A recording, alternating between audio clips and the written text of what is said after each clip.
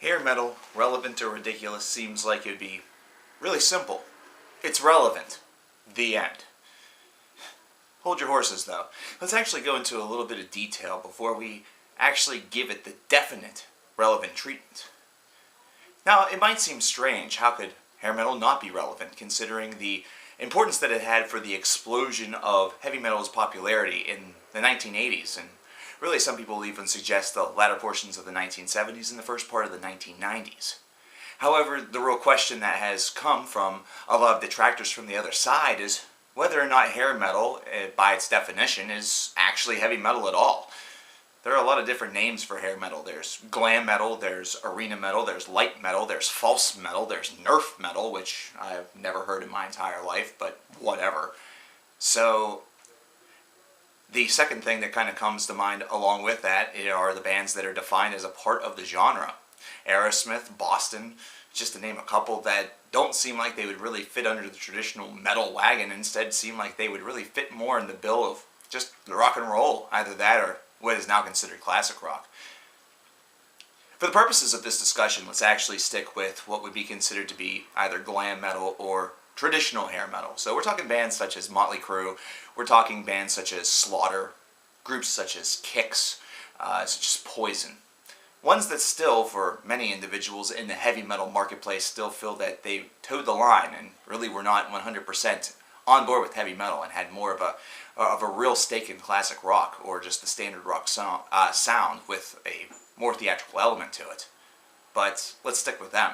For the record, what really happened in the 1980s with the explosion was based around the arena show and the high energy of these groups, not to mention some of the dangerous lifestyles that they led, the real excess that really it didn't directly lead to the idea of sex, drugs, and rock and roll, but certainly helped take that phrase and really transform it into just a whole brand new level, considering there were wild, outlandish parties that were certainly considered to be legendary, especially those that were on the Sunset Strip by groups such as Motley Crue.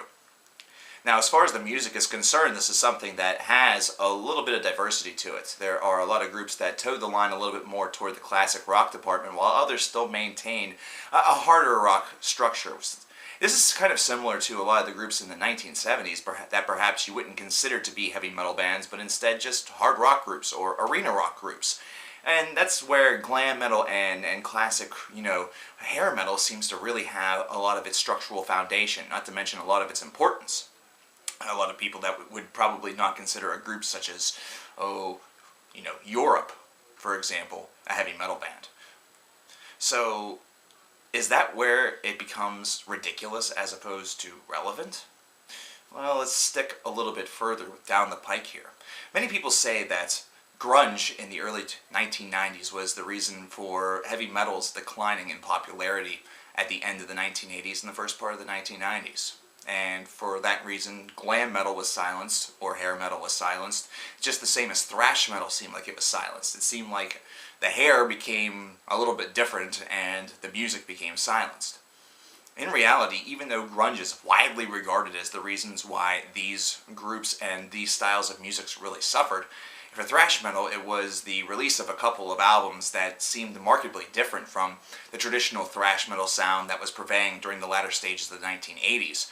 Meanwhile, over in the glam rock department, or the glam metal department, the hair metal department, it was principally based around the declining popularity of power ballads. Power ballads were one of the styles of songs that really were a hair metal staple. It was something that really gave these bands a little bit of a different edge by comparison to the other modern metal that was really very alive in the 1980s. These songs showcased heart as well as lyricism that could relate to a lot more people, as opposed to the thrash metal songs that would probably relate to just thrash metal fans. These are ones that showed a lot of emotion and spoke with a lot of heartbreak and a lot of personal situations that were able to really bring on a lot of gentlemen who really hoped to be these men, and a lot of girls that hoped to be with them. However, whenever the 1990s started, the power ballad idea started to really fade, and by the end of the decade, as a remembrance to all of those great power ballads, we had monster ballads release, and really, the funny thing is that even though the whole concept of hair metal and glam metal had died for a majority of the 1990s, this collection, this turning back the clock, sold over 1 million units and actually launched what some folks consider to be the hair metal or the glam metal revival, with a lot of bands that were popular during the 1980s coming back, and new ones that have little, subtle ideas of the sound being formed, with many people consider the darkness to be the really next purveyor of what would a lot of people consider glam metal or hair metal. And then, of course, here in the 2010s, we have Steel Panther. Steel Panther is a beast all of its own. It basically takes all of the ideas of the hair metal and the glam metal scene from the 1980s and just kind of takes it over the top. Takes it to the places that most of those groups probably wanted to go, but couldn't, either based around, contractual obligations or, censorship and things of that regard. Just knowing that if they were to go to that direction, they wouldn't be a marketable group. Well, Steel Panther decided to do it here in the 2010s, and they're insanely marketable, not to mention a really, really insanely great group. So, relevant or ridiculous?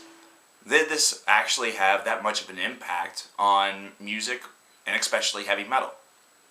Well, there are a lot of people out there that would say that this is absolutely ridiculous. All things considered, most of these folks would consider most of the bands, if not all of them, from this movement as either part of the thrash metal scene, in the case of perhaps a group such as Motley Crue, which doesn't necessarily showcase all of those elements, but really was from the same generation and kind of grew up within the same area. Either that, or they would just consider them to be classic rock acts, and the term metal was actually being used in a false way. But in reality, this is relevant.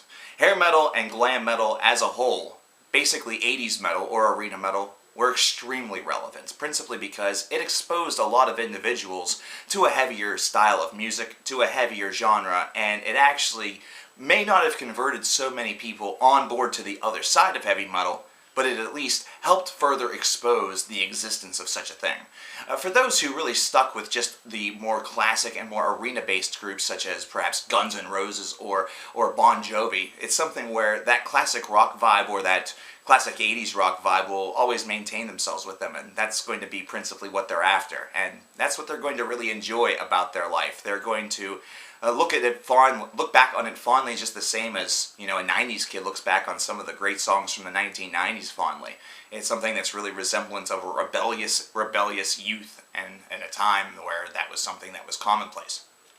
However, whenever it comes to heavy metal, it is also relevant as well, considering it furthered something that continued even further down the line, and that was the outrageous, over-the-top concept of stage shows, either that or performance, basically trying to transform your group into something that was beyond what it was. And this is something that you don't see nearly as much these days. However, it was something that certainly gave a lot of groups something to attain to. Not to mention, this was something where heavy metal got a fair amount of press, considering a lot of individuals within the genre were very critical about some of these other bands, about how they disliked them. There was actually a true metal and a false metal war going on back in the 1980s that was actually a bit related to, ideas such as thrash metal or darkened metal, which is the early inception of, death metal and extreme metal, taking on, glam rock and hard rock. Though it was something that was not very widely publicized, it was something that was out there. So this is something that was relevant, considering it did have the attention of just about everybody that you wanted it to. And not to mention, it did actually further the whole concept of rock and roll. The only difference has really been is that not too many people have kind of picked up on it. Many people say that here in the 20-teens there's the potential for a glam metal revitalization based around groups such as the Black Veil Brides that employ face paint and try to really market their rhythms to seem very anthemic, very similar to what you hear in groups such as Motley Crue. However, this is one that doesn't feel very true, but if certain folks are considering this to maybe be a new breed, then we might just have to see what happens. All in all, I think that as far as this being relevant, it's kind of a little bit wavery, almost like it's just considered by so many people to be such an obvious idea that it's surprising that the impact afterward is More so just on the fact that they've sold a lot of records and they have a lot of fans. That's been about it, though. Whenever it comes to the actual showcasing or the actual, growth and evolution of music itself, it's kind of one that's a bit weak. It's not one that actually showcases a lot of development, and that's principally because its death was for so long kind of lauded as murder and seen as just a nice forgotten tome of history.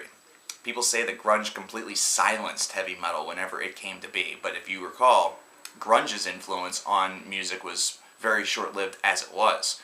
Heavy metal still lives, grunge is kind of still alive, but mainly only based around its original modern favorites, and the same could actually be said about glam metal. Only the major acts are the ones that still continue to tour, and their numbers, while they still have some, traction, their numbers are also still continuing to wane. This is something where the groups have kind of taken on the regard and the respect of old aged veterans that now show some newer bands how to tour and perhaps how to better market themselves. That's what they could do, at least. Whether or not that's happening, that remains to be seen. So even though the impact seems to be one where it's mainly just the fan base that has a lot of the fond memories, and that music itself really hasn't grown too incredibly much from this scene, hair metal and glam metal is still extremely relevant. Even if Axl Rose is a dick. Yeah, he's not an angel and he didn't save your life. Well, there you have it. If you have a suggestion for the next relevant or ridiculous that we should do here on this channel, leave it in the comments below. Until then, let's keep music relevant and keep it from becoming ridiculous. I'm CoverKillerNation. I'll talk to you later.